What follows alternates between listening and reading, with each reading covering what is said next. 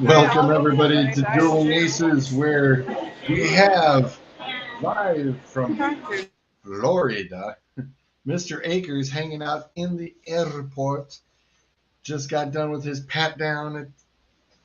He's sitting comfortably, just waiting.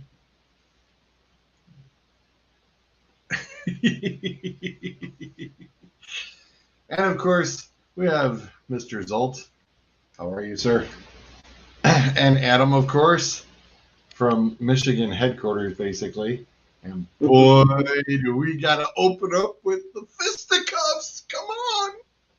Let's go. Don't touch me. I mean, seriously, a bitch slap? Really? Don't touch me. I warned you. Don't touch me.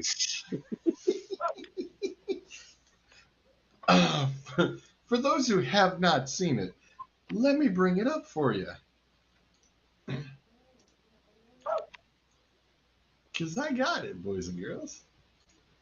We will enlarge and in charge.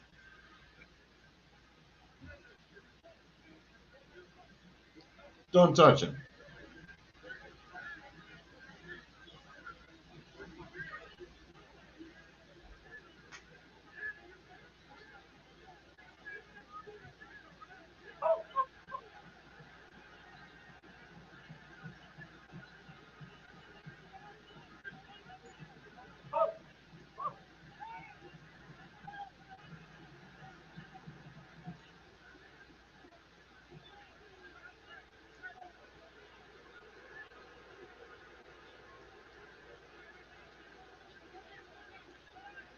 Now, of course, after this, it's all, just a little scrimmage and everybody's going. But nobody is really wants to leave up from the court. It's like everybody wants to get into a fight. Everybody's looking to fight. You don't want to be the guy that leaves the court and then, your buddy gets punched. Right. Well, when they went ahead and they went through a slow-mo and he gets a hold of one of the assistant coaches who's running his mouth.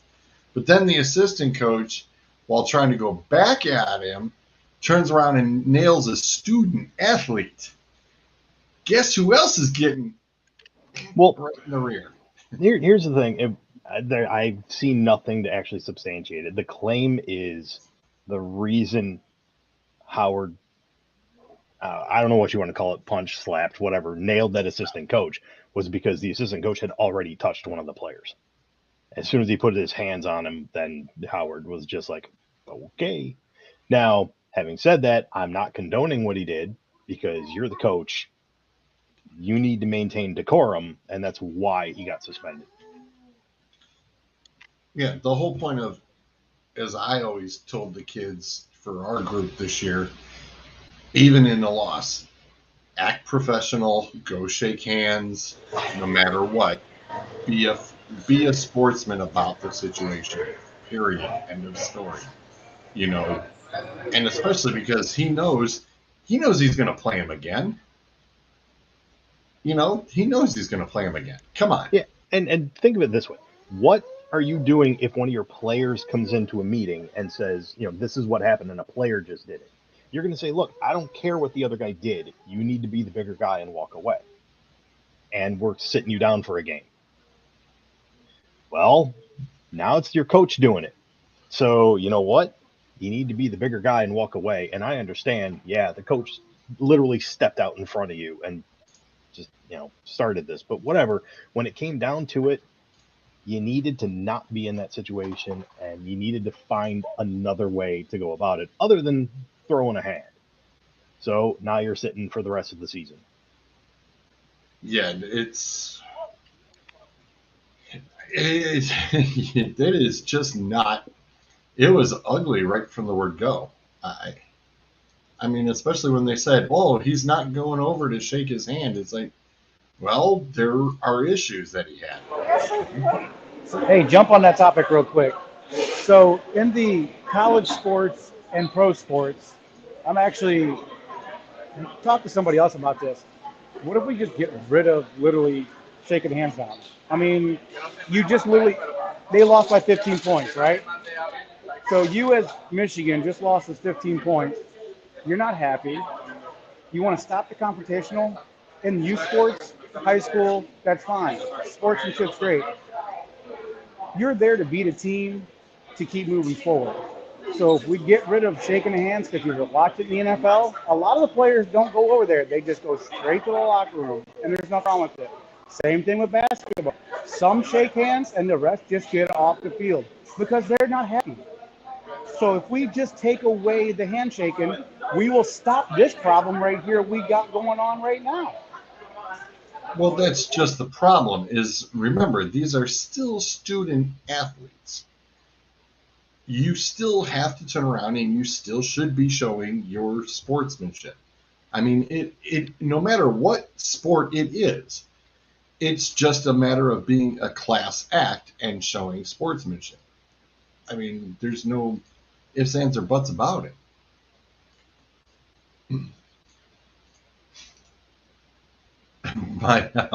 Here we go. Mike's been waiting all day. By the way, he said, "Are you guys bringing up Howard?" I'm like, I was gonna say, "Oh yeah, right off the bat." Mike's been waiting all day. There was a lot of people I know that didn't. They did not wait. Nope. Mike has been waiting all day for the show, all day long. Now, I'm not going to put myself in, I'm not going to say professional, but even college athletics. But trust me, I've been on teams that were exceptionally bad.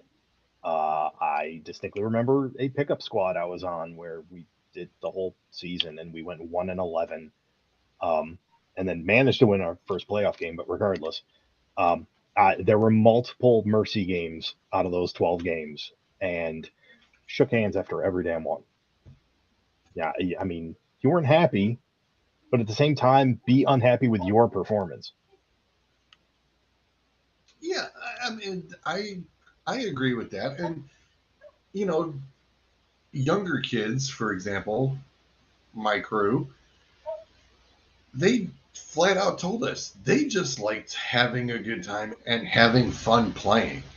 And when it's in the younger group, you know, if you're teaching them that at that early age, you hope that yes, they carry it on as they get older, because that will build their character. And that's what it's supposed to do. If you're just basically putting it out there, you know, as, well, hey, all right, if you didn't like the way something happened, and yes, calling a timeout, I mean, kind of backfired on the Chargers, you know, and now, you know, you basically, you stirred up a hornet's nest, and I don't think that this is not over. I mean, the players definitely are not forgetting this, not whatsoever. Well, I mean, if you wanted a new rivalry, you just got one. Oh, yeah, that is, yeah, that's one way. That is one way to put it. That truly is. It may be on like Donkey Kong right now for basketball wise. That definitely did it. I can agree with that. And the only other thing I really have to add is I've seen some things about the players. Keep in mind that throughout this entire season, both the good and the bad, it's been nonstop. The players, not only do they respect the hell out of him, they love Juwan Howard as their coach.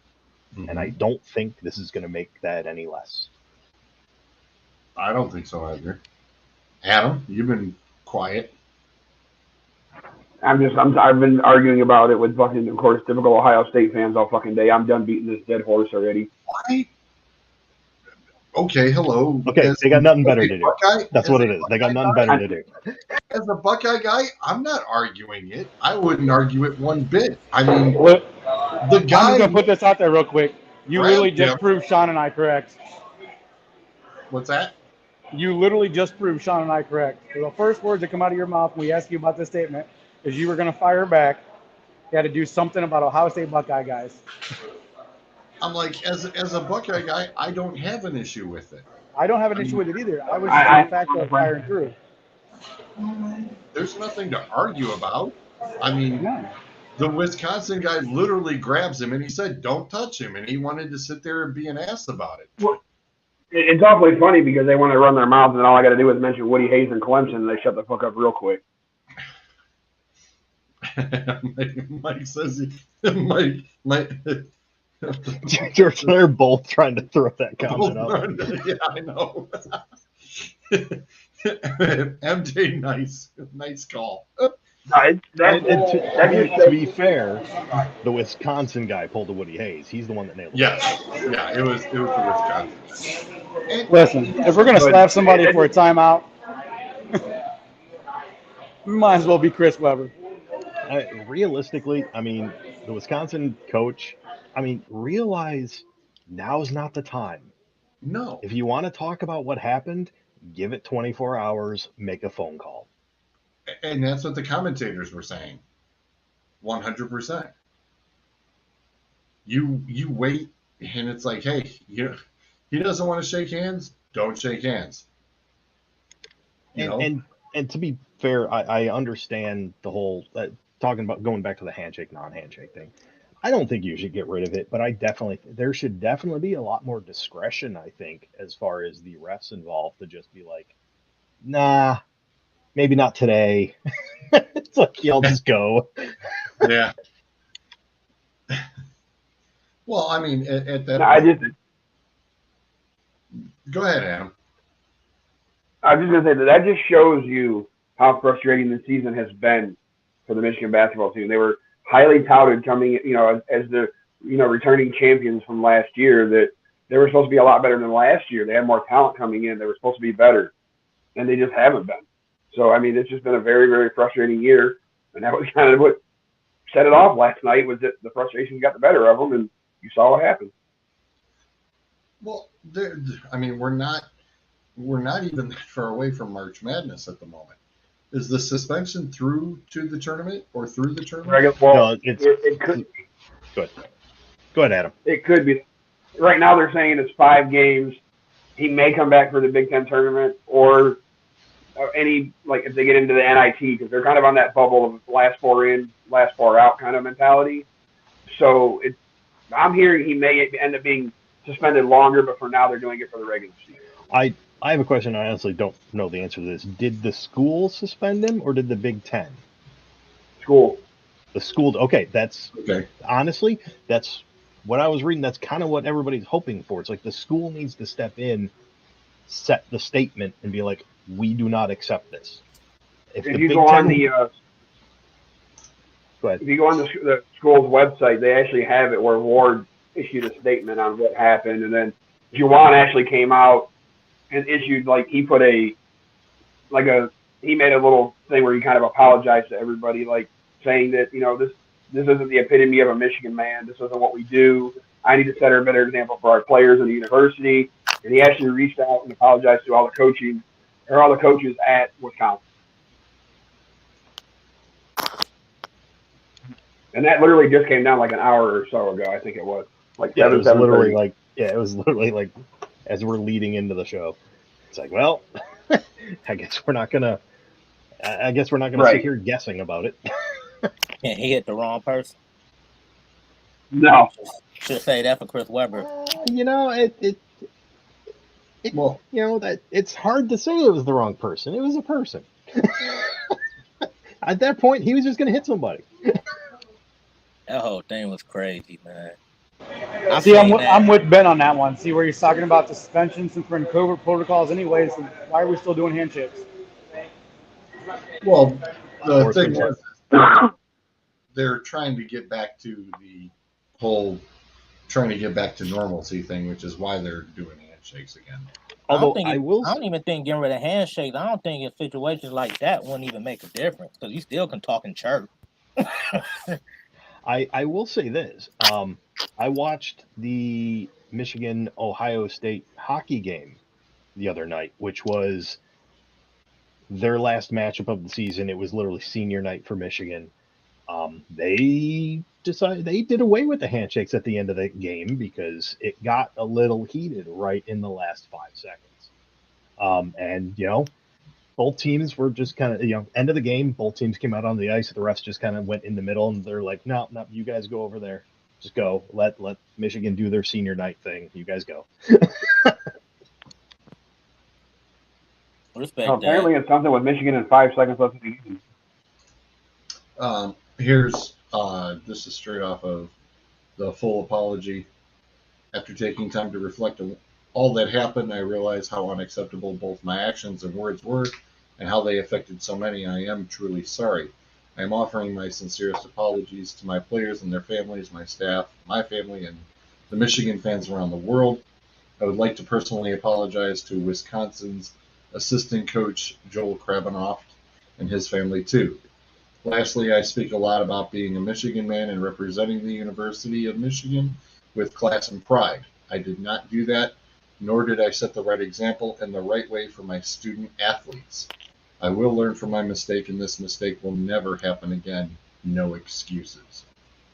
That's the statement that had to be made. Now, since we're talking about this whole situation with his suspension, there's also a video of him telling that same assistant coach, like, I'm gonna remember that. Remember that. Oh, you never forget. And would this be a third strike thing? Because you gotta remember, he had something like this happen last year against, was it Maryland? When he about to fight a coach from Maryland. Yeah, he's had and this is not the first thing. I don't specifically remember the other one, but I know you're right. You're absolutely right. There was another thing. So I don't know. Could be 3 strikes and out. Oh, like Mike's saying here, the Big Ten isn't going to hammer him with a double punishment. The school did do the right thing. Yeah, I agree. Out ahead of them, ahead of the Big Ten, ahead of the NCAA. Hey, look, boom, we took care of it. Yeah, quick like bunny. Straight up, this is unacceptable. We'll handle it. We got this. And they're pretty much thinking at this point, hey, let's just ignore the. We got this right now. Don't worry about us. We can handle the business. And take it from there. And I mean, personally, it's like, hey, it's not such a bad ordeal. They also said, I think the 3 players that threw punches all got suspended too. So I don't pay attention to fake sports like basketball. Can someone tell me what the hell happened? Oh. They ran in the rectum and crashed him and then slapped him in the face. Thank you, Akers, for that stunning analysis. Back to you, George. Yeah. At this point, you might as well just mute all of us except for Akers and Bruiser and let them just fucking have at it. Oh, no. I kept hearing his voice, but I had no clue where he was at. I was like, where's the camera? One studio area. Yeah. I'm at Burger King. Anybody want anything? It'll be about 4 hours before it gets to you, but I'm just saying. Because if we just leave the show to Bruiser and Akers, we're not going to have a show by the time it's done. Oh, there'll be a show. All said and done. They only get, Mike says they only got 1 game. So, I mean, you were even saying the record doesn't look that bad that they wouldn't make it into the big game. I mean, what are they ranked at the moment? I say, sorry, Michigan. Adam, do you know where Michigan's ranked right now? I don't even know if they are. I don't even think they are ranked. I don't think they ranked. The last I knew, they were like 17th, but.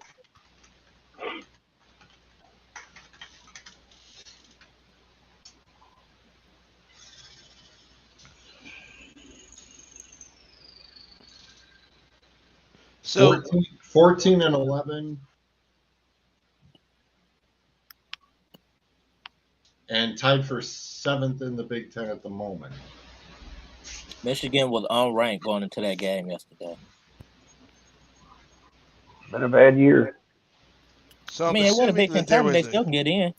Yeah, I was gonna say, if and there, how many games were left? Do we know? Hang on. Actually, since I got it right here, let me see what the rest of their schedule looks like. I'm They assuming have there was a fight. the 5. Yeah, they just have the 5 left. So I guess basically, depending on what they do with the last 5, I mean, the only serious ranking in there is Illinois at 15, Iowa's 25, Ohio State's Rutgers has 20. been playing tough though. Yeah, they're not ranked either. So, I mean, it's a pretty solid shot they could still get in somewhere around the 20s. I think they're right now. I'm trying to think. I don't remember where they were. I know I saw some seedings for the tournament, but I can't remember what seed they were. They weren't like high up there. I know that. I don't know why I want to say like they were the 7th seed or some shit. They couldn't be that worse. I don't think. So I'm Of course, assuming he's not that there even was paying a fight. Yeah, and it was. I saw the basic cliff notes today in the chat between Michigan and Wisconsin. Yes. Yeah. And the head coach and an assistant coach.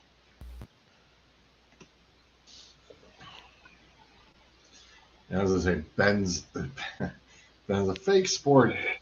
Oh, that Ben will let you retort as we will talk NASCAR Daytona 500 too. So Ben, that wasn't at you. That was more towards No. somebody else who's not here. Ben. It's trust me. Once Suds sees this, it's Slater into Suds. Yeah. Mike knows what's up. Back-to-back 25 teams. All right. No, So- they're definitely a basketball school. Who, Yeah, Rutgers? and- Yes. Yeah. Yeah, they're definitely not football. That's for sure. So, if like you said, they know that they need him at tournament time, so he'll end up. Depends on what Michigan will do in the Big Ten tournament too. I mean, especially if they get a head-to-head matchup back against them. Depends. I still got the skills. Don't doubt it. That's fine, man. I'm fat. I don't play basketball. It's all good. Calm your tits. All right. So with that being said, we know that he should be back for the tournaments and at least take it from there. But for now. For now, I don't personally. I think even the 5 is a lot. I mean, all he did was just reach back out and. I ain't gonna say 5 is the perfect amount. I mean, I ain't gonna say there was no fist involved. It was basically just a slap to the face. Like, get off. Like I said, I think if it could have been worse, it would have been worse. Right. Well, it don't help that as soon as you throw a punch, 2 of your players throw punches right after. That's why I probably got limp. That's why I was longer. They reacted off him. Well, the Wisconsin kid threw a punch too, though. He's the one that threw the first punch. Yeah, that's exactly it, Mike. It was just that. It was just a bitch slap. It totally was. All he needed to do was pour powder. Juwan Howard, though. The big boy. He needed was the baby powder, bro. Fork in his hand. The baby powder wager.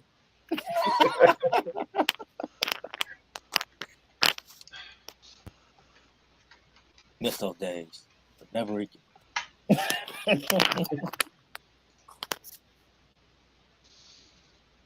But yeah, I think 5 games was fair. The rest of the season, that's a fair suspension. All right. I'm surprised that all the kids only got 1 game, though. I mean, But I thought I had more metallics than that. could have been avoided. All right.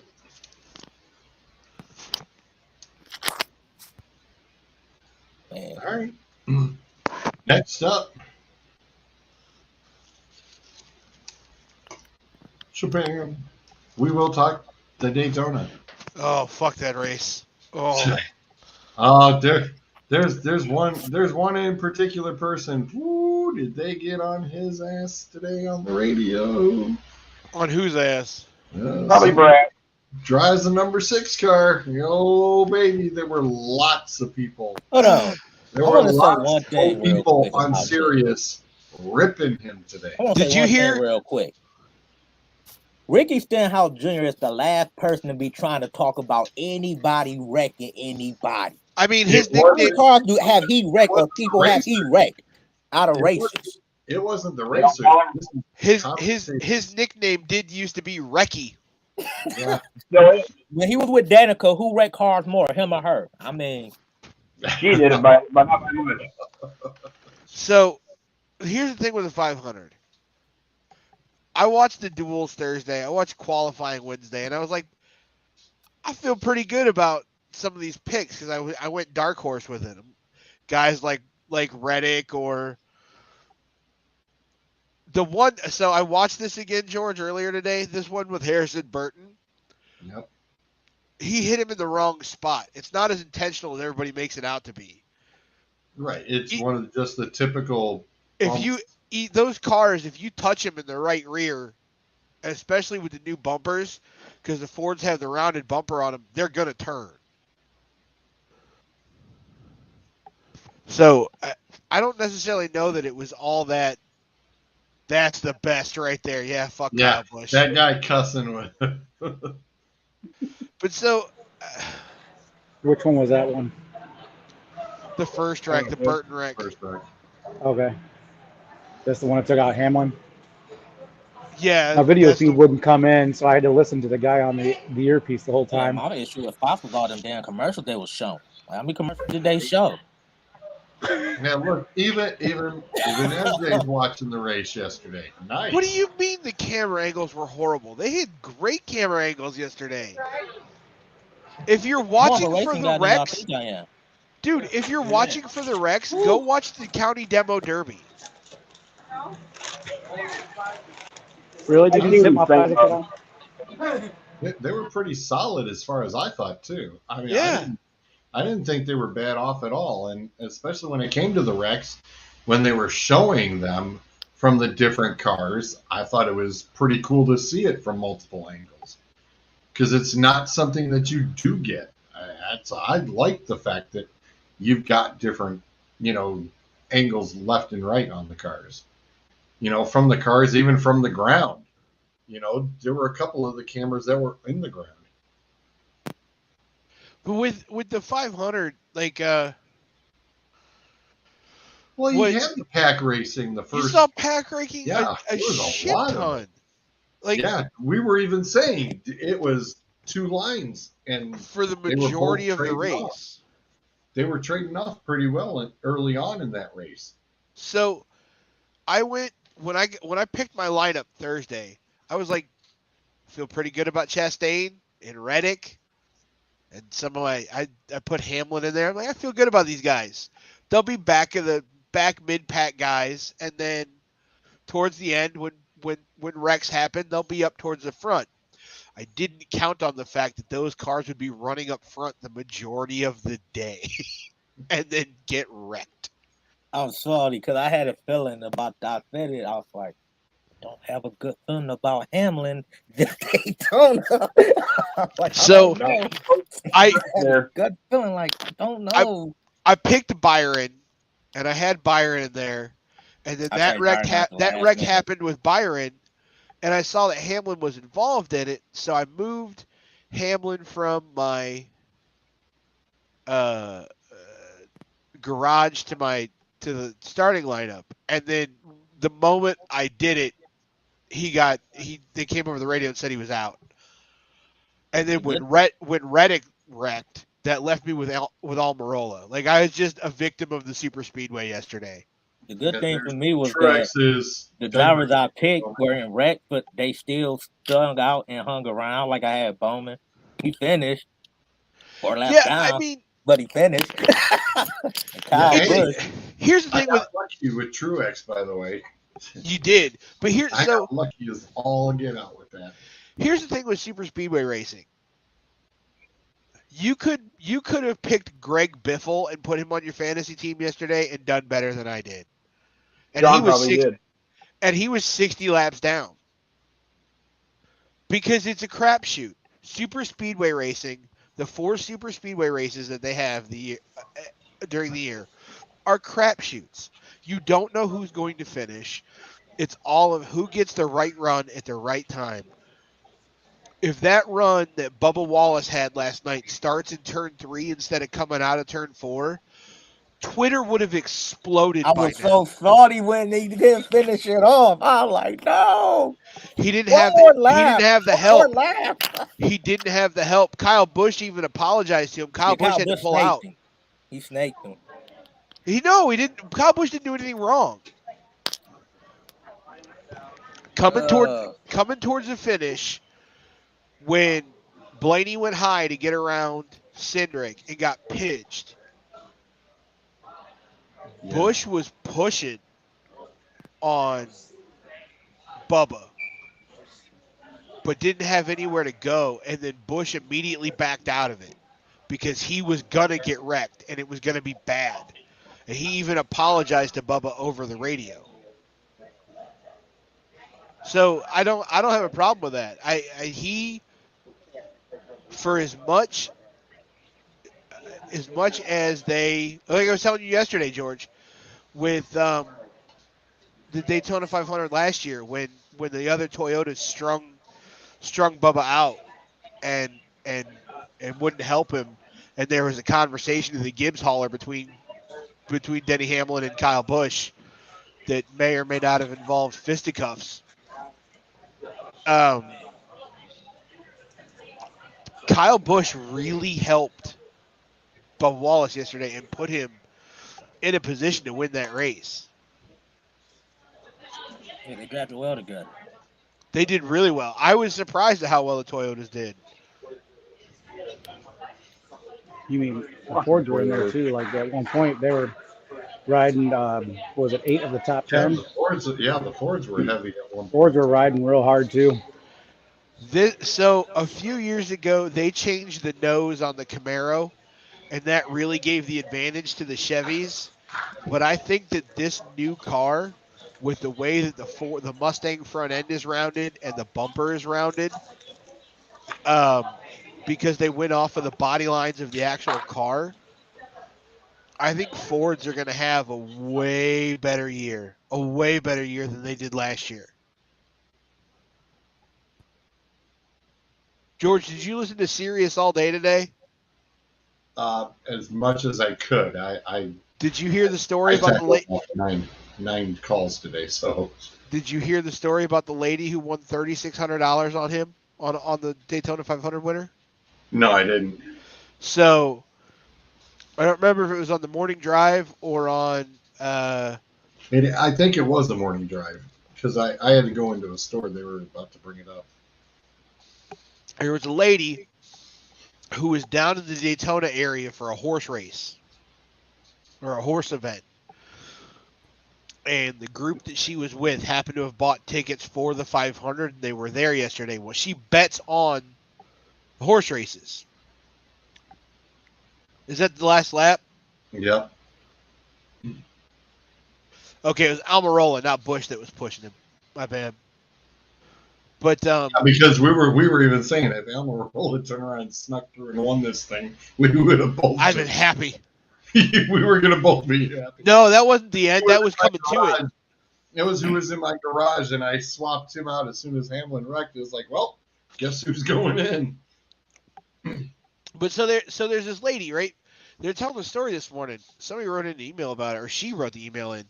But so like she was down there, and she likes to bet on the horse races, and so they had she said, what do you do when you're at the horse track? Well, you always bet on 2. She put $100 on Austin Cindric on the number 2 to win. When she bet, the odds were at 36-1. Mm. She left yesterday with $3,600 in her pocket. Nice. She said she went. The first thing she did with the money was when she went and ordered the Austin Cindric Daytona 500 winner shirt. Yeah, I would have. I would have too. If it wasn't for that last wreck on that last lane, Sean actually was leading points for a long period of time. The only driver that was knocked out of his lineup was Denny Hamlin. And then when that wreck happened, it took out the rest of his pack. Dude, it's And a then he was long like, season. He's like, I can use the guy in the Yeah, that's a driveway. crapshoot. The worst part about it is that it really is. So we were trying to use the garage mode, and I was like, well, take the garage guy. Who's in the garage? And he tells me, he goes, I put Biffle in the garage. I said, oh, don't do it. He goes, why? I go, because Biffle's off the track now too. So Sean just got railed. And that last lap right there, when all the wreck happened, it took out half my drivers too. It took out, basically both Hendricks. Are you at the airport? The only thing, Yeah. He's live at the airport. that's why I said I thought he was on here earlier. He didn't know he wasn't on, I guess. Who, me? Yeah. No, I just got done with dinner a few minutes ago. Oh, I Making a heard break you on for the earlier. border. No. But yeah, I mean, even going with some of these drivers on that, everything was going right. There were so many lead changes. Everybody's bouncing back and forth. That's the best thing that was going on in Daytona. But like I said, I was only listening to who was ever talking. And it was so hard trying to keep up with him so on the app, I actually at one time before that wreck happened, I actually had all my cars, first, second, third, fourth, fifth, in my lineup was actually not in those positions, but they were in the way they were going to finish. This dude was going to finish first. This dude was going to finish second. This dude was going to finish third. And it gives you extra points for it. If you like one of the rules, the little bonus rules or whatever it is. And that's what I was telling Sean. And Sean's like, how are you getting so many points? I go, look at my lineup and look who's on some track still. And then you get bonus points if the correct order appears in your lineup. However, do you know how rare that is? It doesn't happen very often. Yep. Nope. It about almost did yesterday. It's a 36 race schedule, 26 regular season races, and then 10 playoff races. Hell, that's why I was a little mad yesterday because I was like, man, I just felt bad with Blaney. After stage 2 was over, I was in first place because I picked Truex as one of my drivers in the first spot, and I was like, all right, I'll go against the grain and start him. What the hell? And way to really go against the grain there, George. Like super dark horse pick. The only one I was maybe mad the most was Blaney. I was like, I felt Blaney when I picked him on Blaney Thursday night. My lineup. And then I get there, me and Sean are talking Sunday. I was like, Blaney's the one going through my head right now. So I took him out and put in McDowell. I took Byron out. I put in Biffle because I was like, all right, maybe he's starting in the back of the pack. Someone's going to mess up. He's going to shoot to the front. All right, whatever. I put Biffle in the garage. And I'm like, all right. And then I'm like, so mad. Me and Sean are talking. I go, what? I go, freaking Ryan Blaney's making a run right now, and he's going to the top. And he goes, oh, you took him out? Yeah, once that garage locks, you can't move him. Nope. But you can move him back and forth, I think.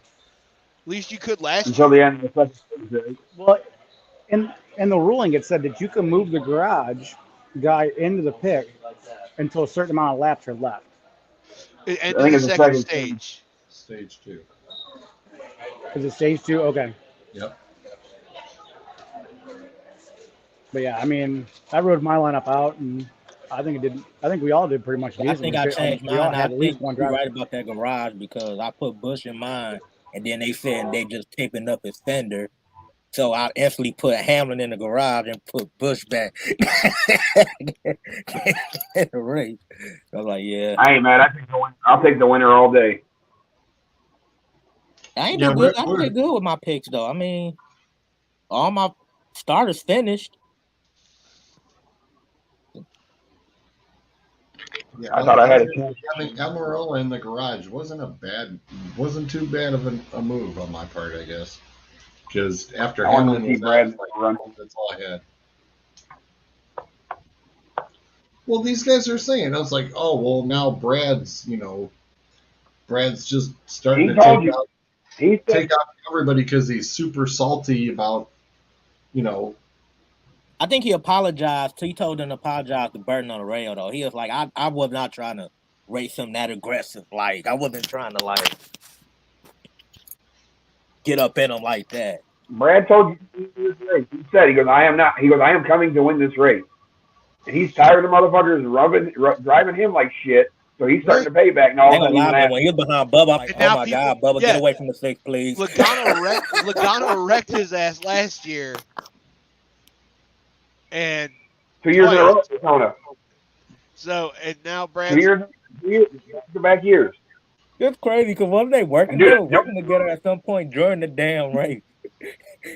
Right, and I told Kayla, I said, I swear to God, fucking Logano's behind Brad. If he takes him out, I will go down to fucking Daytona and I will beat the ever living shit out of Logano.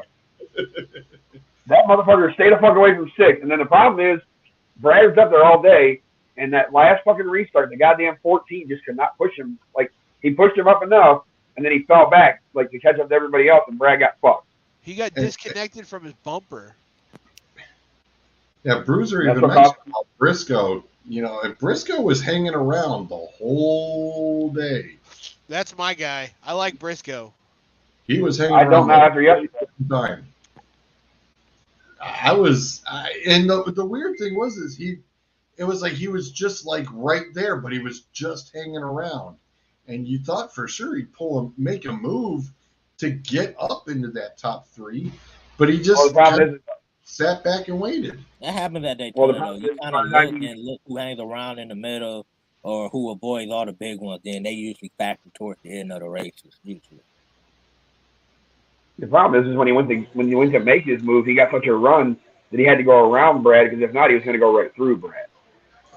Well, that's like Kyle.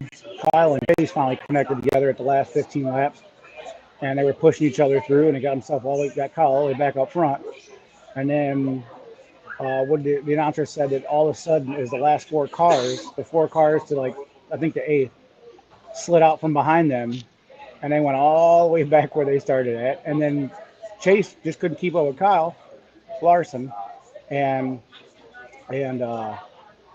Larson was just falling back, and I guess I could be backwards.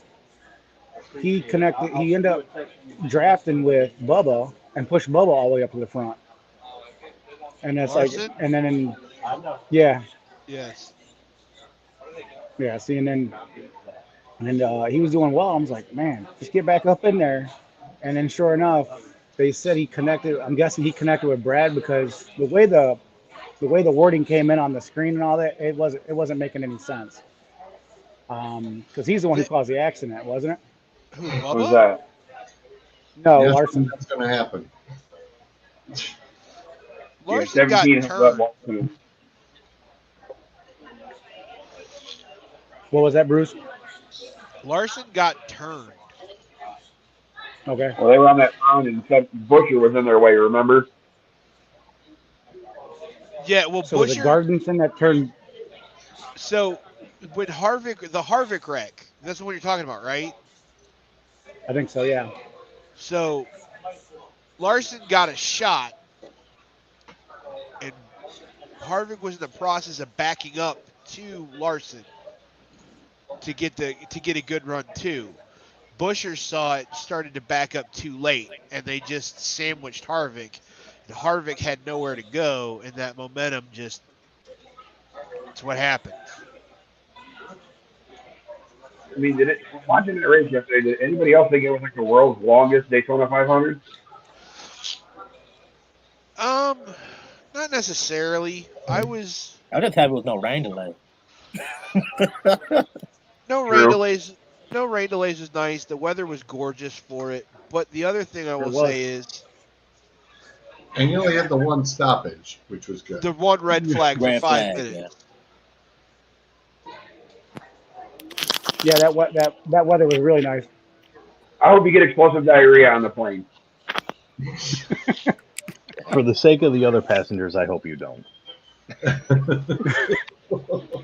Hey, from what I hear, it's like 60, 80 degrees down here for a while, and when I come back home, it's going to be about 60 degrees. So And It's rain. gonna rain all day tomorrow, and then go back to snow by this weekend. Yeah. And then 6 to 8 inches of snow Thursday night. Yeah. Yeah, these I kids need just want to say they're watching. What's that, Adam? What are they saying? Because I know they're saying they're watching the storm. They're not sure what it's going to be, but they're saying that it's going to be heavy snow. Is what I keep hearing. So they thought it was going to be an ice storm. And then it's too warm for that. So now they're thinking we're just going to get a lot of snow, probably 6 to 8 inches of snow over like a 18-hour period. Fantastic. 60 That's degrees fine to today. me. And Tired of fucking I am It's fine to too. me. I'll take out the snow thrower, go make some more money. So where's our next race at? California. First time in 2 years they've gone to Auto Club. I actually got two questions for you NASCAR guys, since I am obviously not one. You can join the club. It's fine. I'm good. I'm in enough clubs. What's one more? George, I don't know if you want to pull up the standings. What happened to the rest of you guys? Because why am I in first? You have better picks. picked You're the safe Jimmy card. D MVP. Yeah. I would have been first if Bubba would have won. We knew. Yeah, we were like, yeah. The I numbers. was looking like, who is Jimmy D Stats man, MVP? we figured that the stats man. Yeah. If it wasn't for Bruiser's name, I would have thought it would have been Bruiser. Yeah. It would have been No, his name. I had it was like Zolt is in there. Don't fool Yeah, I don't know why you anybody. thought it was Suds for some weird reason. I don't know why Don't you. anybody. Suds is like, what, me in there? No way. And I'm like, oh, I know Zolt's in here. Yeah. Trust me. Yeah. I was laughing because me and Sean were saying the same thing. In Sean's here. like, who's this guy? I was like, it's got to be Solt or Suds because I know one of them did make it in, but I don't know which one didn't. Yeah. The blue helmet was the giveaway. Yeah. I was like, Zolt's in here. Yeah. I'm playing with house money because I don't deserve to be anywhere in there. So if I stay where I'm at, I'm happy. If I fall to the last position by the end of the season, that's where I belong. I just want to know what the hell happened. It's because I literally lost 3 out of 4 drivers, or 4 out of 5 drivers. So well, if it wasn't for that last wreck, Sean would have won. Again, it's a super speedway race. It's a fucking crapshoot. Yeah. Pick a lineup and go with it. And I got snake bit yesterday. It bit me in the ass. Whatever.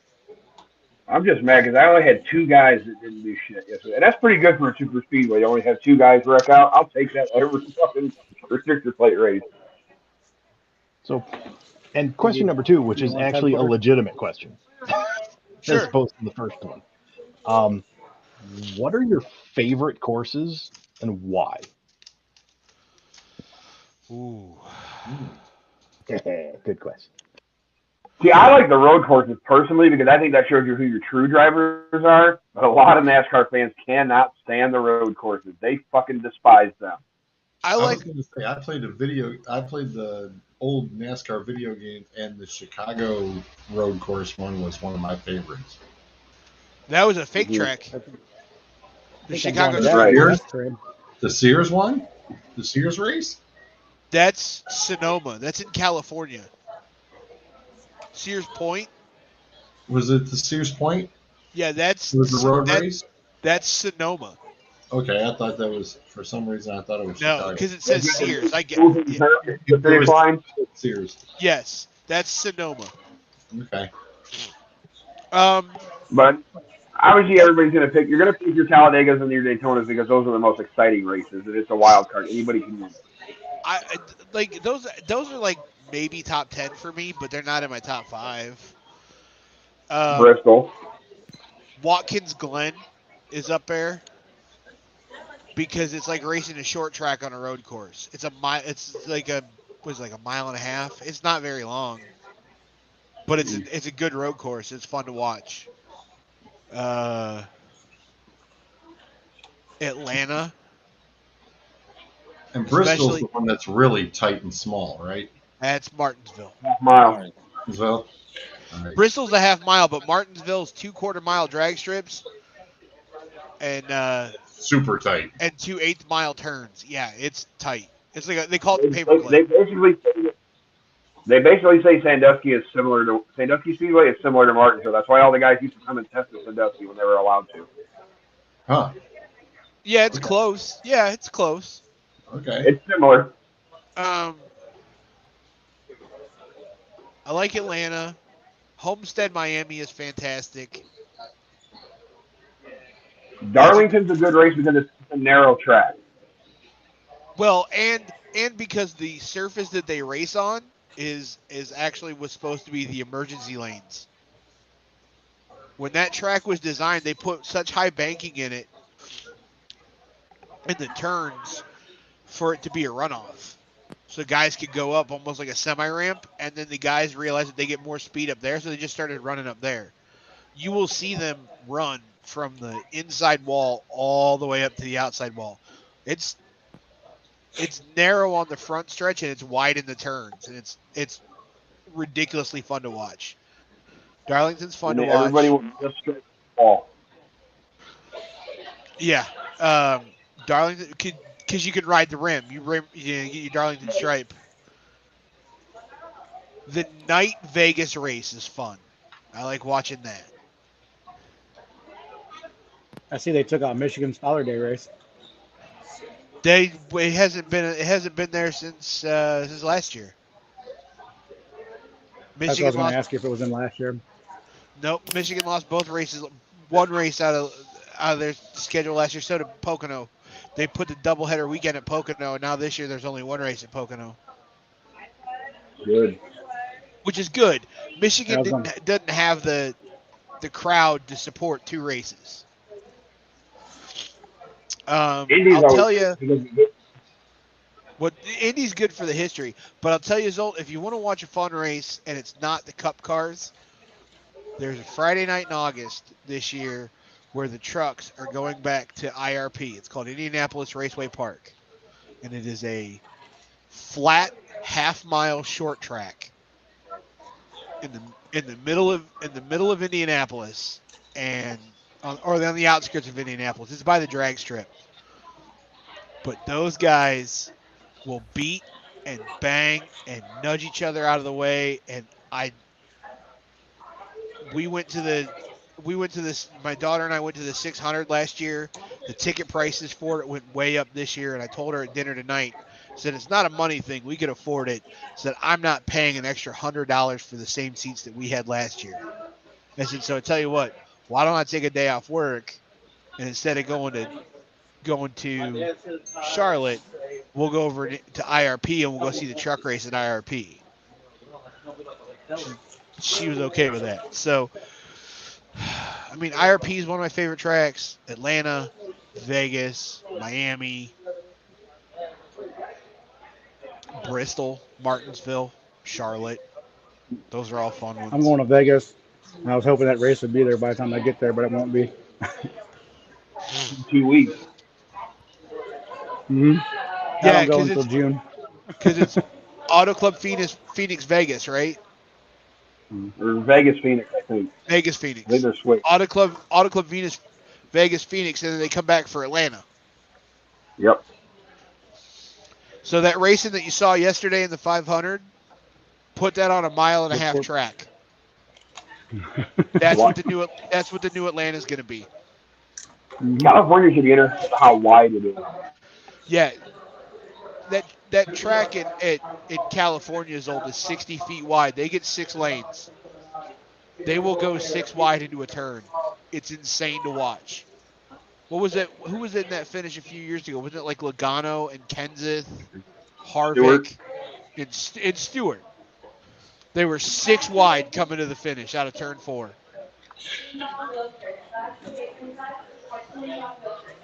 That's insane. But it'll be fun. We're fighting in NASCAR, but I doubt it'll happen. Did you like what you saw yesterday's old? Did you watch any of the race? No. All right, never mind. No. I picked my drivers. I had the app on the phone, so I was paying attention to how I was doing. Getting, So watch, that's going to be his field now. He's not going to watch a race as long as his fantasy team's doing good. Because the minute he watches and they start fucking up, It is. I was gonna say. Well, it's hilarious because I'm literally sitting here debating whether I'm going to sign up or do any of that. And Mary's across from me, and I do it, and I'm like, I just don't think I'm going to, keep my interest for 36 weeks. And she looked at me, she's like, you lost interest before there's your drivers. Yeah. Oh, yeah. There's definitely races that you're not going to watch. They're going to be boring. But you know what? Hey, I'm treating it the same way I treat fantasy football because there's two different modes. There's football watching and there's fantasy football, and they're completely separate from each other. Yep. Fantasy football is numbers, and that is all it is. So that's how I treat it. It's like I'm not treating it as a sport. I'm treating it as this is just numbers. Oh, absolutely. And ironically, it's probably what's going to have you whoop all of her. No, see, I started out by talking smack, so I did well. I did well week 1, and it's going to be a free fall from here on out. Yeah. Well, here's a. So what drivers should we be looking at? Here's a little something that Zolt popped up. Okay, so we're talking about guys getting punched this weekend. just trust me, you don't know what you're seeing until it happens. Yeah, watch this. This is some good hockey right here.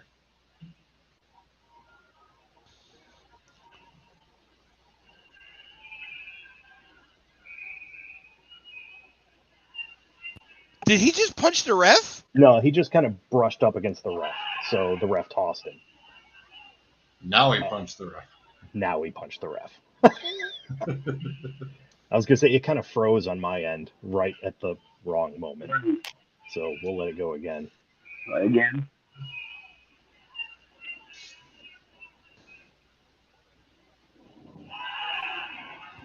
Down goes Frazier. Yeah.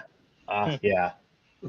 So that was the USPHL, which United States Premier Hockey League. I have no idea what level that is. It's at best like semi-pro or independent. But the guy already has a lifetime ban. They gave that out either last night or today. And they said the police are investigating. So.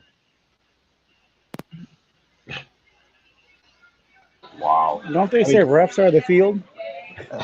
Yeah. It doesn't mean you're supposed to, try to put them into the field. He tried to check him into the box, into the bench at first. Well, that's the thing. I mean, he got the player got rubbed at the boards at the bench, and then he continued his motion and brushed against the ref, but he made no attempt to not run into the ref, and that's why the ref tossed him. He's like, okay, well, if you're just gonna do that, you can go home. And then I guess the guy didn't like that. I was like, well, you want to make sure you got his money. Yeah. Well, got his money's worth. He got the money's worth and then some. Damn. I mean, Mama said knock you out. Apparently, a lot of people are pissed off the month of February, huh? There's something going on, right?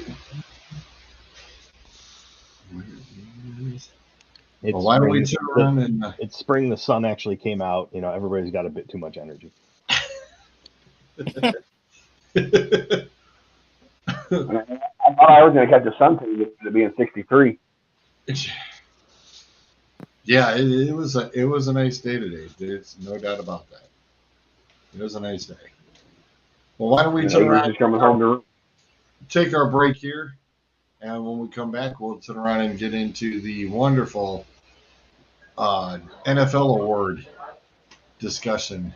Well, hey, I'm gonna bounce out in about 15 minutes. We're probably gonna get started loading up. So it was great jumping on again. So be careful. Safe flight. Safe flight home. Honestly, I can't stand you, but be safe coming home. Yep. Safe travels. Yeah, be safe. Yes. have a good one, guys. See you later, man. I was walking around with my hound one day. She come along with a poodle and it started to play. Hot dog, hot dog, hot dog, ooh, hot dog. I said, honey, all puppets are drawing attention. She said, come on inside, I'll show you the whole collection. Hot dog, yeah, hot dog, hot dog, ooh, hot dog.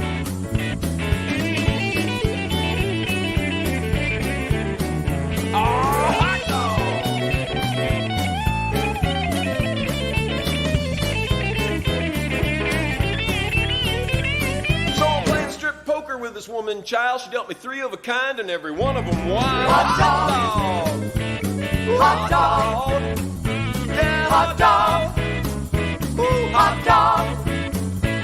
She said, let's spin the bottle, and we spun it mightily. When the spunner got done spinning, it was pointed at me. Hot dog, hot dog, hot dog. I think I'm getting lucky. Hot dog, I might be getting me some.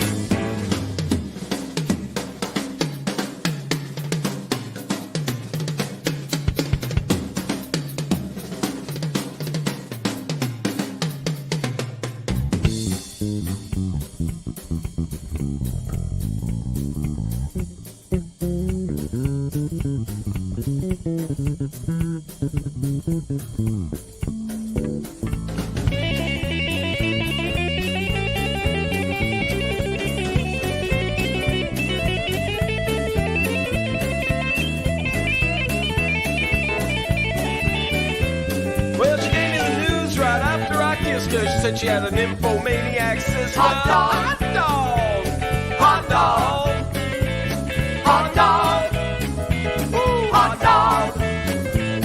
We went out for ice cream,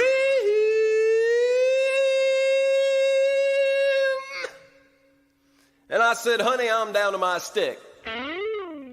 She said, my mouth is so dry, I wish I had something to lick. Hot dog, hot dog, hot dog, hot dog, oh, hot dog, ooh, hot dog, hot dog. I might be getting lucky. It's hot.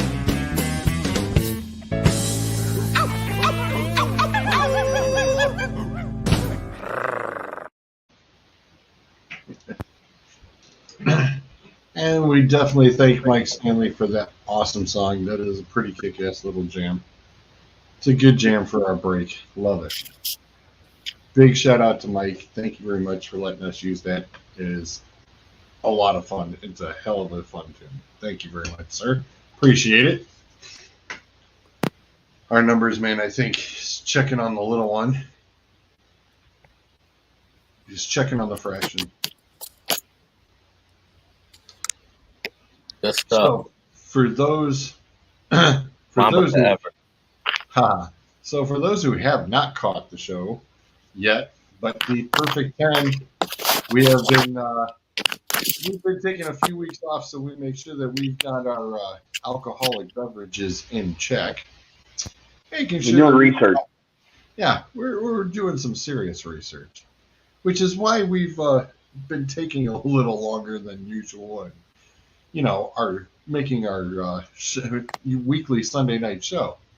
So I think we're just finalizing up and seeing what drinks we need to put in what order, and I believe this Sunday we should be back on track, and the top 10 alcoholic beverages list will be complete.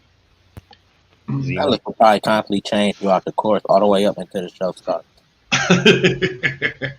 And we cannot confirm nor deny that said beverages may or may not appear. There you go, Zol. With us. Oh, that turned out good. Ferocious. That turned out really good. Last night, it was just all black. Yeah. That's badass. It's just the head. And all I did was dry brush it so far. Like, I haven't even, put the washes or anything on it. You couldn't resist, Zol. You couldn't resist. Yeah, that was well played. Well played. That Yeah, you gave Zol something else to mess with. Oh, yeah. Oh, yeah. Then Bruiser, you'll appreciate this. I believe we're Mike's up to. Mike's filling in. Mike, we'll save it for Sunday's show, man. Which latte? Save it for Sunday's show. I believe we're up to episode 8 of Vox Machina so far. On the On the cartoon. Yes. It is so good. Isn't it so good? It is something special. Wait, episode 8. No, just no. Did you watch episode 8 yet, or are you there? Yes, no. We've watched episode 8. I know that. He's Yes. confirming. We think. He's His confirming. scandal. So, okay, no, you're right. Yeah. So you've watched episode 8, yes? Okay, hang on. The ziggurat. We just made it to the ziggurat. How's that? Oh, that's like 11. You're muted. You muted yourself. I think we might be 9. I think we are at 9. No, I Ziggurat. The Ziggurat is episode 11. There's only 12 episodes in the season. I didn't think we were that far. Is Pike back yet? Sort of. In her astral projection? Yes. Then you're Boy, we have just taken this show and we're just I don't give a shit. Listen, if you like anime, go watch that cartoon. Oh, It's amazing. honestly, it's a fun watch.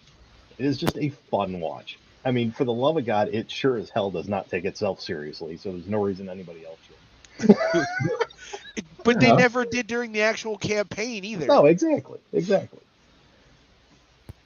All right. Sorry, right. George. We can actually. That's all right. Okay, our NFL awards for the year. Tom Brady. Boy, did we have- Tom Brady. There were Antonio Brown. 15. I sent this out to 15 bodies. Got a pretty strong response back. Got 3 responses. Oh no, I think actually all but 3. So, I was one of the 3. but that's okay. That's okay. George Like kept you said, asking me. George kept asking, "You gonna send yours in?" I'm like, "Dude, I didn't watch enough." He didn't watch the whole thing, and I said, "Fair enough. It's all good." So, we had for best QB of the year. Did we have a wide variety that I just did not see coming? Jimmy We had G. Rodgers, Stafford, Brady, and Burrow. We had a 4-way tie. Yes. Comes out to a 4-way tie. That I think it was very interesting. I know I voted Rodgers.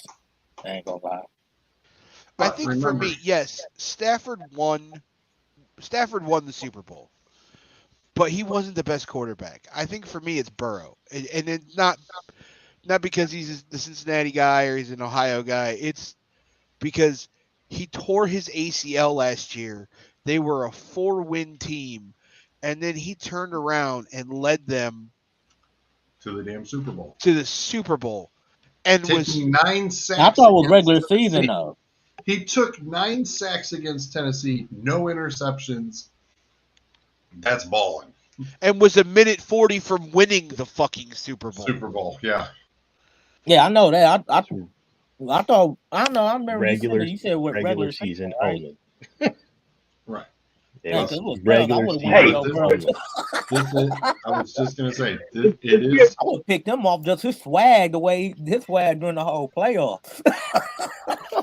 That man got a Brady that grill. minute 40 He got a Super grill. Bowl. He lived next to Jamar Chase. Like that's So, Burrow, as far as the season goes, Burrow is the winner. Running back of the year, Barely, Jason. running back of the year. This was hands down, outside of one Chubb and one Mixon mention. Taylor was a yeah, I voted for Jonathan Taylor. Hang on. Mr. Taylor. I need to know. Who's the homer? You do not. Yeah. Who you do voted not- Chud? You do not know the individuals who submitted these. I was leaning. It's crazy because I was about to put Eckler, then I changed it to Taylor. Yeah, you do not know the gentleman who. Why are you letting Akers vote on this, George? Let's keep it this way. Let's keep it. I don't need to know who this Akers did not turn in a sheet. Hey, if I remember who I vote for, I'll say who I vote for. Akers did not turn in a sheet. Akers was not given a sheet. Pretty sure it was I Sean cannot that picked confirm nor deny that. I cannot confirm nor deny that. I'm just saying. Yeah. Wide receiver. We had the obvious Cooper Kupp. We had a Hill, and we also had a Deebo Samuel also be submitted. But Mr. Kupp wins by a landslide as well. Tight end of the year. This one was split 50-50. Kels and Andrews. Okay. Bruiser? I mean, yeah. Yeah. And it's Kelsey, not Kels. Oh, no. Mr. Kels Kel. corrects you and says it's Kels. It's not still Kelsey. Kelsey to me, okay? They ain't corrected till I know. 11 years later. Okay? Yep, I know. Yeah. So, the next one was, I thought, okay, this would be an interesting category, and we got multiple results back for the team offensive line of the year. Not The Cincinnati. The Bucks, the Colts, the Patriots, the Chiefs, and the Cowboys. And yes, Sean put the Cowboys. I think I voted Bucks. The Bucks got 4 out of everybody else was a single vote. I think you could go with the Bucks or the Chiefs and not be wrong. Jason said his mama named Kelsey. I'm gonna go. His mama named Clay. I'm gonna call him Clay. Defensive line of the year. The Rams, the Bucks, the Browns, the Steelers, and the Bills. Rams. Who? The Steelers, believe it or not, had 2 votes, and one of them was from Big D. Crater. Okay. I knew Adam, you'd love to know. Here's my thing with the D line of the year. Pittsburgh runs a 3-4, right? So are we counting TJ Watt as a linebacker? No, because if you have Steeler fans, he plays on the line. And the winner of that category was I the don't know who I picked Rams. for that one. I don't remember. The Rams I were was the Rams, probably. 4-bagger on that one. Oh, wait, nope. I remember. I picked the Browns. Kicker of the year. McPherson and Tucker were the 2 that were nominated, and McPherson got a pair, but Tucker pretty much was the landslide. Pained me to do it, but I voted Tucker. Yeah, I voted Yeah. Tucker. Yeah. Offensive rookie of the year, hands down. Yeah, that was an easy one. That one was pretty damn easy. Defensive rookie of the year, almost complete landslide. Somebody put JOK. He's still in Florida right now in the animal kingdom. Sean. Outside of that, Mr. Parsons is your defensive rookie of the year. Yeah, he earned it. Who'd he put? Koromora. Now, I started to think he the one that picked Chubb. your coach of the year. We had Vrabel, Shanahan, McDermott, Dan Campbell, and this was a shocker, just an FYI, Suds was the one who nominated Dan Campbell. What? Yeah, I that is exactly the look I was waiting to see. Did you get an explanation? No. Gonna think of the He Lions just won went, the game. I would choose Dan Campbell. And I'm like, what? I had the same reaction.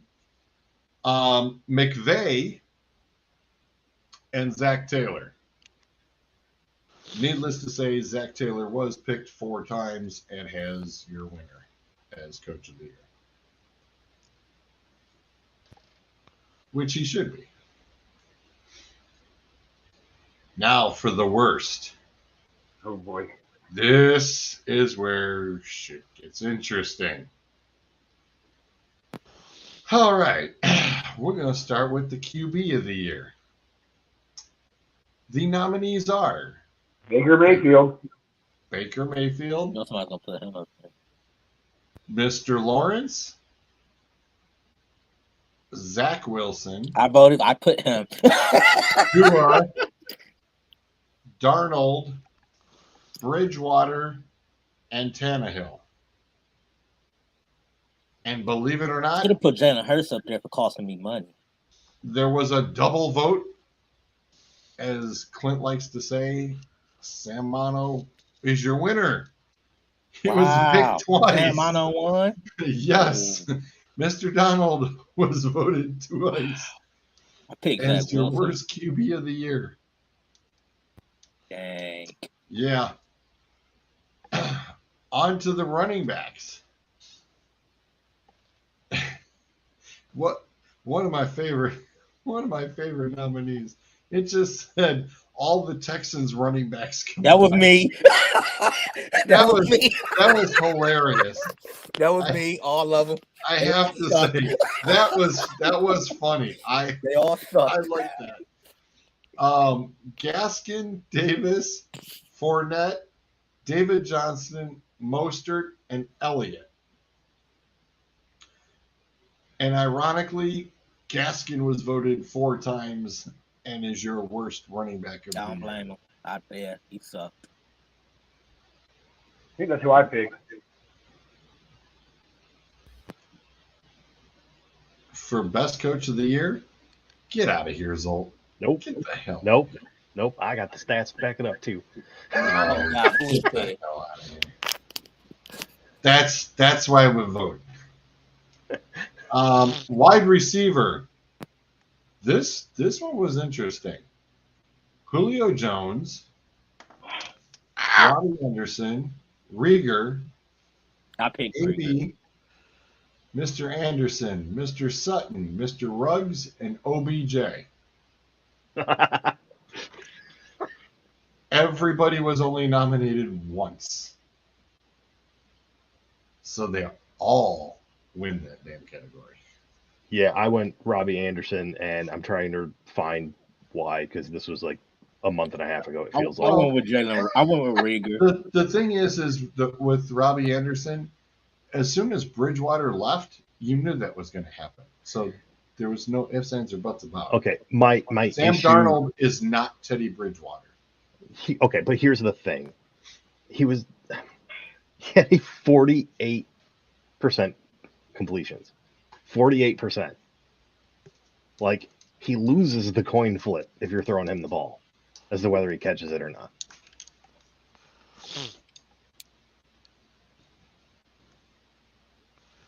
And he had an incredibly low yards per reception, like under 10. That's yeah, Bennett, you did. I mean, seriously, he was at Kenny Galladay levels for completion percentage. I just picked Jalen Rieger because of the fact that, like, he only had, 30-some catches, but he had, 8 drops. Sorry, but yeah, Robinson is in there. Anderson is actually in there twice, so Anderson actually wins this. Sorry, Doug's is screeched on the other. I'm sliding back and forth the damn spreadsheet. Julio Jones, damn it. Very very tricky to play with the damn spreadsheet. With There's been a lot of moving around. all of them, yeah. Sorry about that. I mean, I honestly don't think you can give it to Julio because that would be like giving an F to the kid in the class who had mono for half the year. Yeah. He was just hurt all the damn time. That's exactly why I put him on the list because he fucked my fantasy team. So fuck him.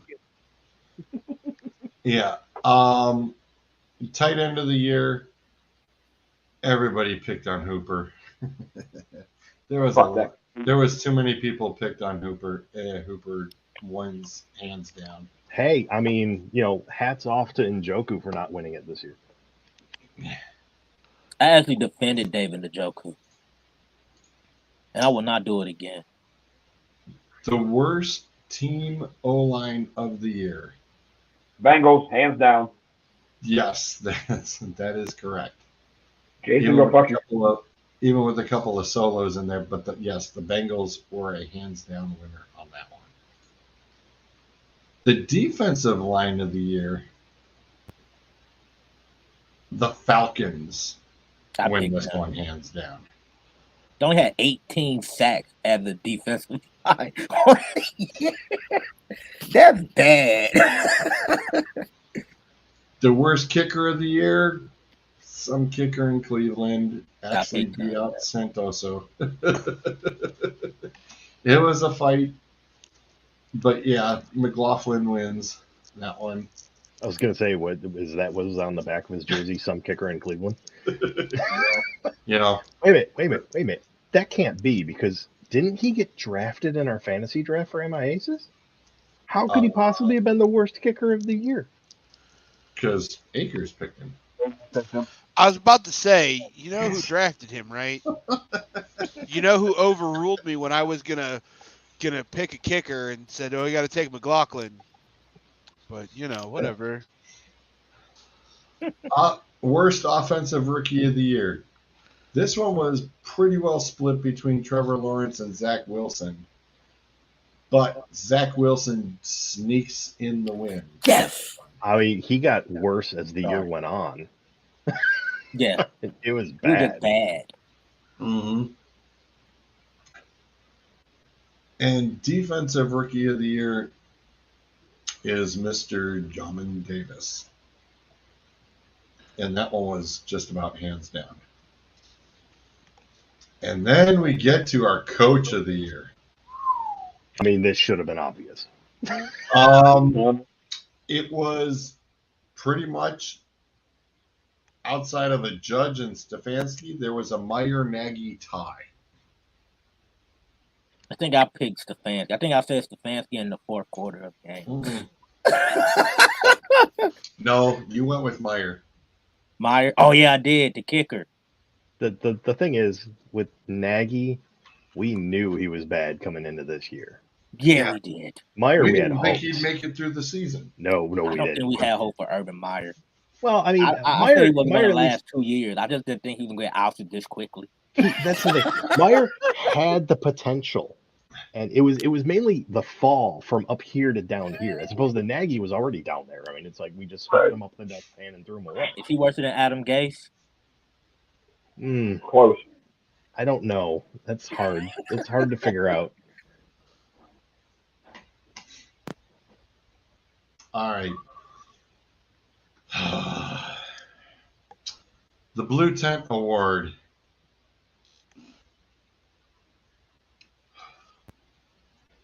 Your favorite quarterback and not mine. Hang on. Can you explain the Blue Tent Award? The Blue Tent Award, guy who is in the blue tent injured the most and consistently just keeps getting popped into the tent. Jimmy G. Winner. How many times did he get hurt this year? How many times was he in and out of the blue tent? Around 8 or 9. How many times? How much time did he actually miss? How many games did he play? He played a lot of games. Yeah, I know, but as I recall, one remember, playoff games. I didn't vote in this. Okay, you got to remember, I did not vote in this. Well, who did you tell to vote, Jimmy G? I didn't George, I I just know kind who of I feel like voted you're a in little bitter. I mean, let's face it, I think that I don't really even remember who I voted for in it's- the Festival Award. okay. My issue with that is that the guy was in MVP talk. Number On one, in, this show, yes. number 10 in your programs, number 1 in Yeah. your hearts. My ass. As if there is any other show, George. Right. Next award, the Dumbass Award. Or He's on a flight. Dumbass. Well played. Good night, folks. Well played. Well Show's played. over. Well played. Judge calling the 3rd and 9 QB sneak was a I 4-time think I picked that. That was hands down. He'd be ashamed of himself. Harbaugh going for 2 was an honorable mention. The IC Ghosts Award for the quarterback who just psychologically checked out. One Mr. Trevor Lawrence, unfortunately, got quite a few votes on that ordeal. Give it another year or two, that might be Burrow. He's going to be seeing guys running Well, if from they every damn don't get a direction. stronger left-hand side of that offensive line, Yeah. he will be. Next up, the Team Jekyll and Hyde Award. Really, people freaking texting me during the damn show. We have the Titans, the Raiders, the Steelers, and the Cardinals. Cardinals. But the Cards were pretty much, I think, the team that wins that one. I mean, it's like it was Pittsburgh from last year all over again. They just disintegrated. I mean, they just fell apart completely. Absolutely.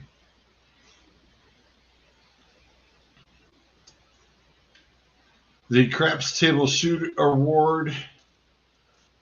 The Cards, the Ravens, the Broncos, and the Chargers.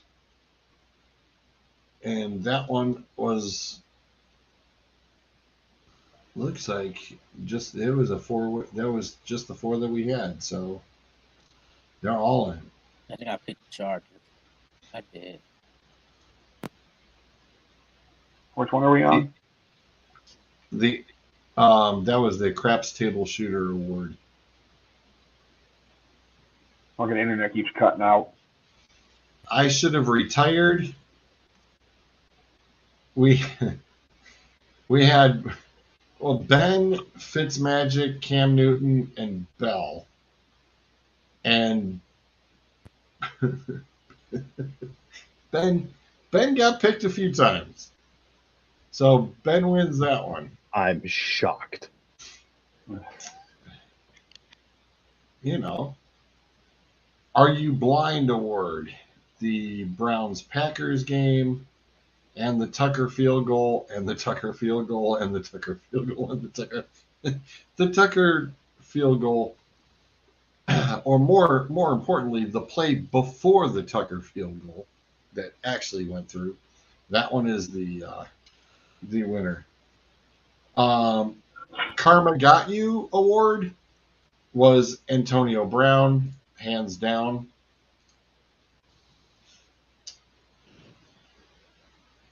The Fatality Award is Chubb with the 52-yard touchdown against the Chargers. The WTF Award, it was a toss-up between Sirianni's timeout decision and Harbaugh's 2-pointers. And I think Harbaugh's 2-pointers, pretty much it's like, hey, he's going for the win. The timeout decision is definitely the one that was the head scratcher for everybody. So that one takes that category.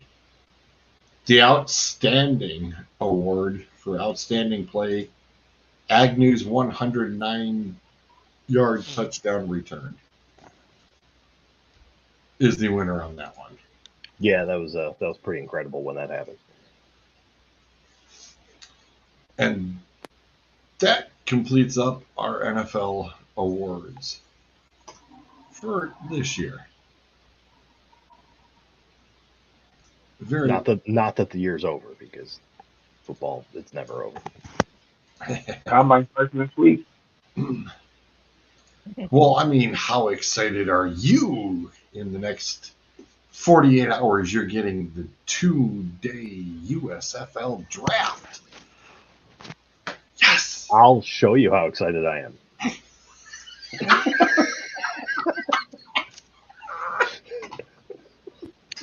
Well played. I'll just wait for I that. didn't even know that it was going to be happening until Hang on. I saw during the race yesterday. I was like, oh, really? They're going to have a draft on TV? You want to know how excited I am about that USFL draft? Can we talk some more about NASCAR? Wow. Why? What'd I do to you? Why do you got to kick me in the nuts like that?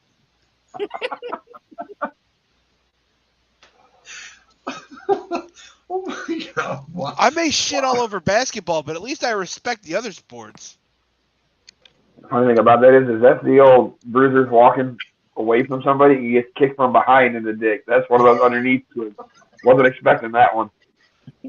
Look, there's a hierarchy as to what I want to talk about, and USFL, it's Oh my God. definitely under NASCAR. Wow. USFL had a draft. Well, like you said, I didn't even know until I saw it yesterday. Hang on. I ain't know until y'all just mentioned it. Have we seen a list of draftable players? Who's going to be in this? Listen, it's so bad that Akers is probably on that list. I was going to say, I guarantee you one or two of these players probably were on his fantasy team this past year.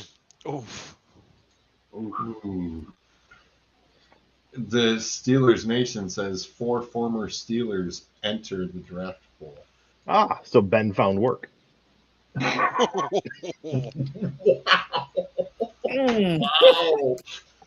Zoe, not more than that, y'all. Wow.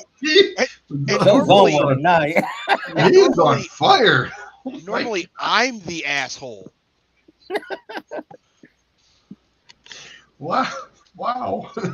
Sorry, this is me just immediately trying to snuff out competition.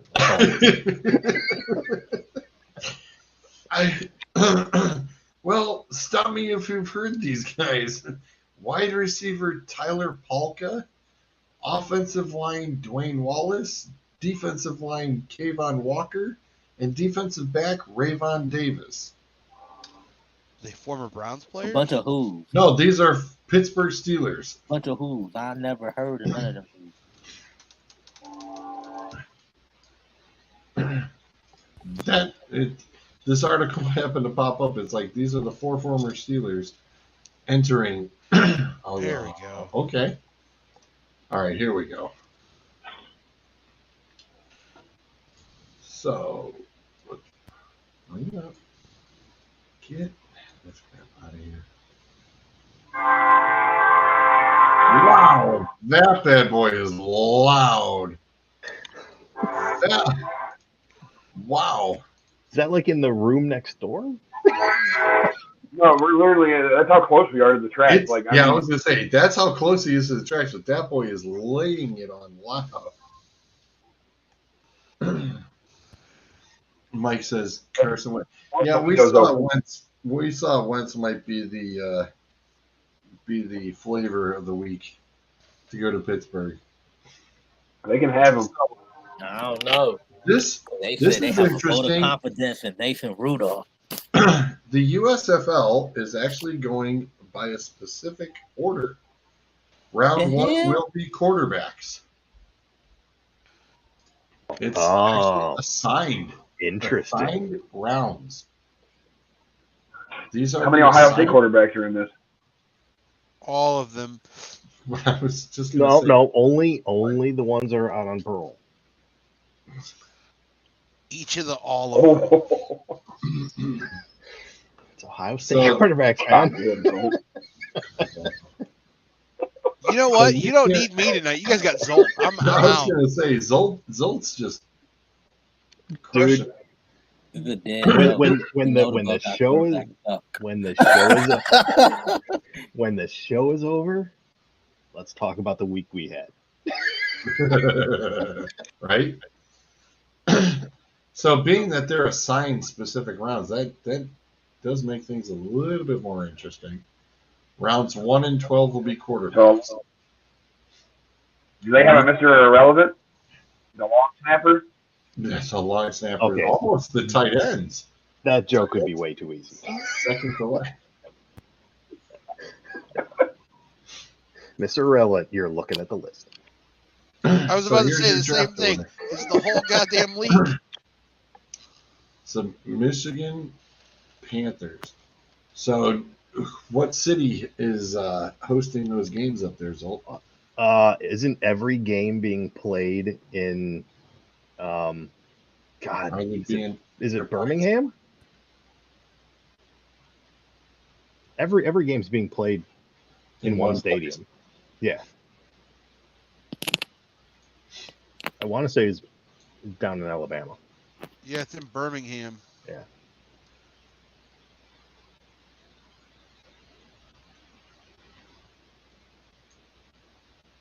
$35 fucking rounds. Holy shit.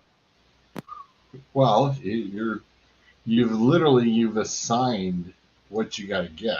So He also said this thing gonna be televised. yes. Okay, I need to record this so that way when I need to go to sleep, I can just play this draft. Hey, the only people watching it, Clint, are going to be the infirmed, the house shut in, and children. I was going to say 7 to 10. I don't even think your children should. I don't even think that your children. and Burridge, because he's probably betting on it.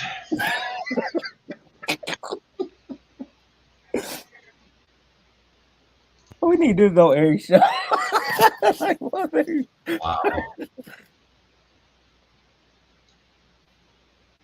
Yeah, but the USFL, yeah, really okay. You know what that means? Get ready for 30 for 30. Oh, They're gonna play it. I hope not. No, they are. They are. No. So the league has decided not to publicize the players in their draft pool. Is that because they don't know who they are? Yeah. Yep. There is a player pool of 500 that the teams are choosing from. They'll be able to pick and choose their targets during this draft and build rosters full of players that were overlooked by NFL or starred in other defunct fledgling leagues such as the XFL and AAF. Cheap shot. Notice the FCF was not named in that. We are not defunct. We recently raised $40 million for season 2. I think we're doing okay. So what you're saying is the FCF is better than the USFL at the moment. Hey, we've made it to a second draft. Anybody want to take wagers as to whether USFL does? No. This is interesting, though, that USFL will have up to 20 college players on their teams that are still a year away from draft eligibility.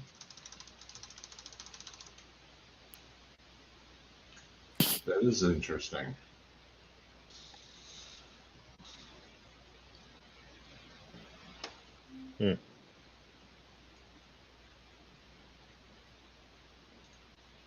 No, it's literally, it's your first season.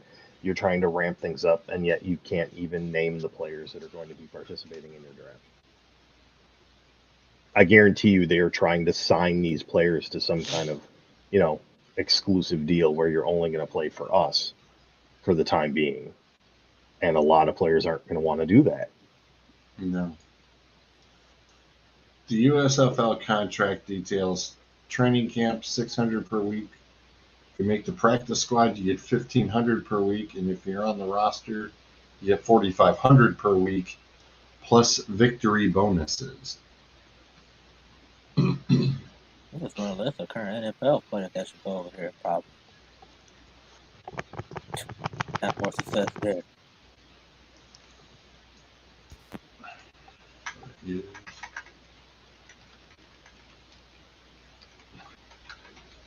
It's funny, you type in USFL schedule, it goes 1983 or 2022. All I want to know is if Trump's starting a team and how quickly will he bankrupt it?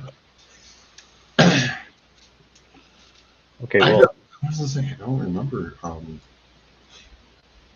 remember who's I forgot who was backing this bad boy. I was gonna say, we know The Rock and his ex are back in the XFL. yeah, they're the XFL, which they don't start till even next year. Next year. Hang on, I've got confirmed quarterbacks in the USFL draft pool. Hit it. Luis Perez. Don't know who that is. Hang on, can't have a spring pro football league without Luis Perez. He played in the AAF, then was an assigned quarterback of the LA Wildcats, turned in the York Star for the Guardians in the XFL. Fox Sports is backing the USFL. All right, so they've got a network. Which explains why we saw that advertisement during the race yesterday. Okay, Brian Scott, Division III at Occidental College. At who? Accidental College? Yes. Oh, you said accidental college. I'm about to say, come on. Occidental. Wow. Jesus Christ. He's been on CFL. He's playing too? Chase Litton. Started at Marshall. Declared for the draft after his junior year, where he threw for 3,000 yards, 25 touchdowns, went undrafted. So he's that good? Yeah. Garrett Fugate, Central Missouri State. DeAndre Johnson, Florida State. Wait a minute, I know that name. Trader. I was going to say. That rings a bell. Ben Holmes from Tarleton State. What the hell is Tarleton State? JUCO colleges, probably.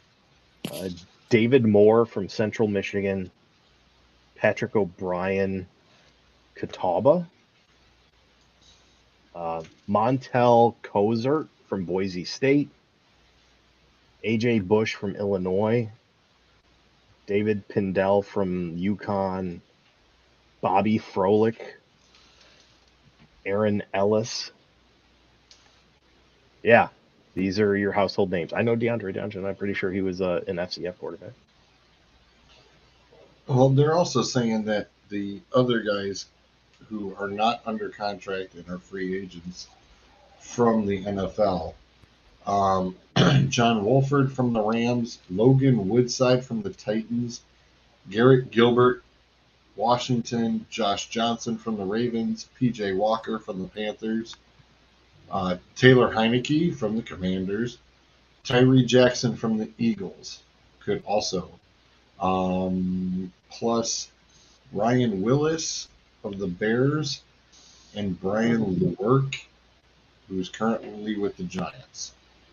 So in other words, third and fourth string guys. I mean, so why is it? Go ahead. Why is it as you guys are naming off these guys? I'm thinking of it as a kid sitting down and playing Guess Who. Like, hey, does your guy wear a hat? Does your guy have glasses? Does your guy have a mustache? Like, it's what literally, because we've never heard of any of these fucking guys. Well, PJ Walker we have because he was in the XFL and got signed by the Panthers. I mean, you know that.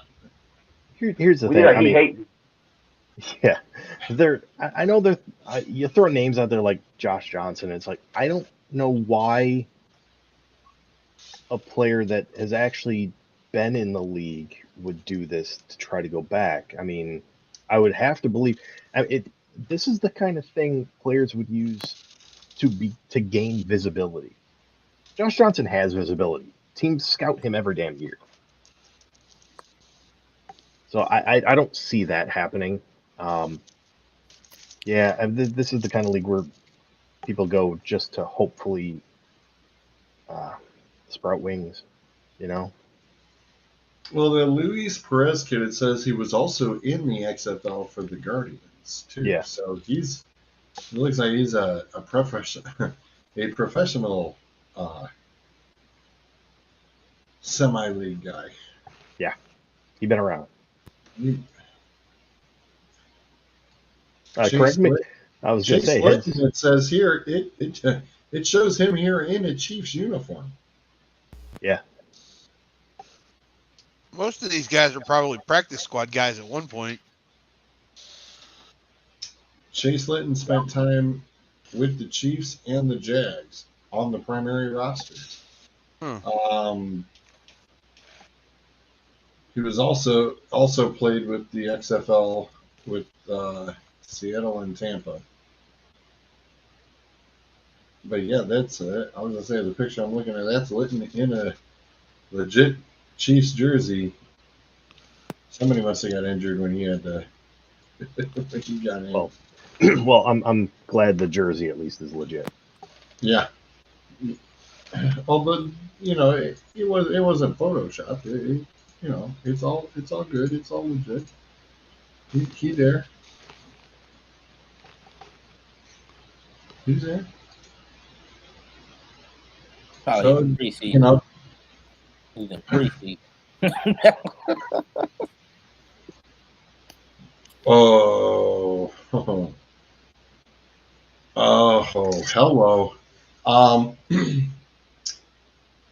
Blake Bortles and Colin Kaepernick also could be options. Again, don't see either one. I don't see neither one. I don't see. And everybody knows who both those guys are. This isn't. Yeah. I don't think any scout is going to be looking at these games as, oh, okay, well now this is equal competition. So now that we've seen what you can do, okay, now we're going to sign Blake Bortles.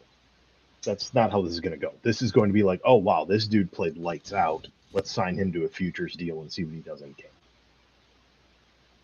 Brett Hundley and Deshaun Kaiser. We know that name. We know those names.